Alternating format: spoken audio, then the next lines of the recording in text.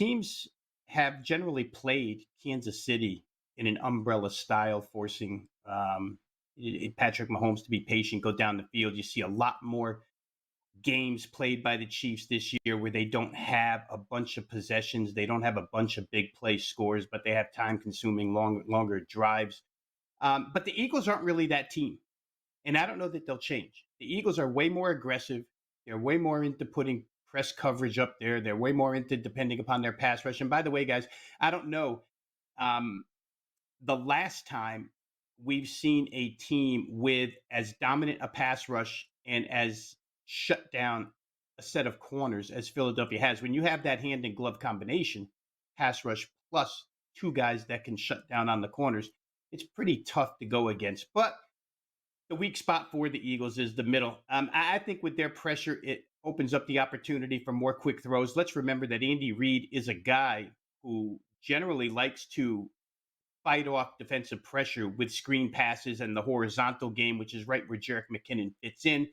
I think there's a potential higher snap count for McKinnon than last week. Last week, when Patrick Mahomes was injured, you saw a lot more Isaiah Pacheco running game, right? This week with his ankle 2 weeks healthier, I think you'll get back to seeing what we saw at the beginning of the year where McKinnon was the higher snap count back.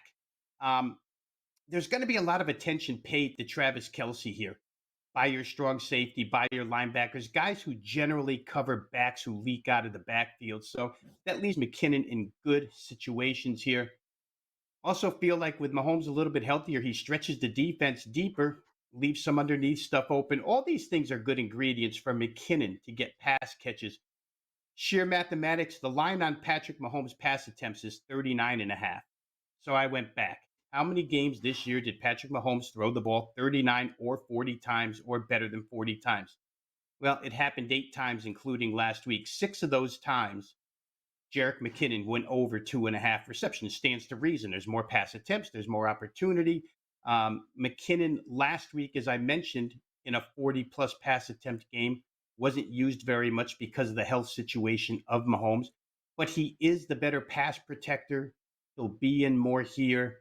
I think that when you look at the season totals, guys, 535 snaps for McKinnon, 355 for Pacheco. That stands to reason in this type of game that McKinnon will see the ball more. He'll see the field more. I was asked last night in conversation about this prop, do you worry at all about Clyde Edwards-Helaire coming back in this game to maybe eat away at that reception total? And I don't, but what I do think where Clyde Edwards-Helaire is concerned is that, if you already got in on Chief rushing, the rushing proposition over 4.5 different players to carry the football, the addition of Edwards-Helaire basically just won your bet. So that bet probably is affected here, but not this one. I'm going to take Jerick McKinnon over 2.5 receptions against a defense that'll be paying attention to a lot of other people aside from him. It is time for today's big game breakdown.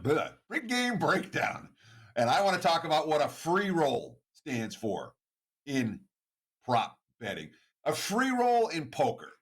All right, you guys both have a straight, but you've got the ace of diamonds and there's 3 diamonds on the board. So you're free rolling. You can split the pot or you can win the pot if that diamond comes. The other opponent can't beat you. You can only beat them. Total number of Eagles with a rush attempt. 4. Over -160 has been getting bet up. This is a free roll. 4 Eagles are going to get a carry in the Super Bowl. Gainwell, Sanders, Scott, and Hurts. All 4 of them should rush at least once. All right. They've rushed at least once in just about every game this season. Hurts is healthy enough to move. Scott's getting a couple of carries. He had 6, I think, last time out. And obviously, Gainwell and Sanders had plenty of carries. That's 4 guys that are really likely to get a carry. Worth -160, worth -180, worth even $2. Now, it's not likely there's going to be 5. Minshew had 2 kneel downs here in the playoffs. Kes Watkins gets an end around run once in a while. They do once in a while some funky stuff. So you have a chance at 5, but you're not likely to go under 4. So you bet the over 4, -160, -180. You'll get the 4. You're taking a free roll at the 5. You cash. If they get the 5, you cash your ticket. If you don't, you get a push. These are the type of bets we like on Super Bowl Sunday. And we've heard earlier about Kansas City as the over with total number of players to get a rush attempt as well. I wouldn't argue with anyone who wants to play the combined number of players to get a rush attempt. Eagles/Chiefs over 8.5.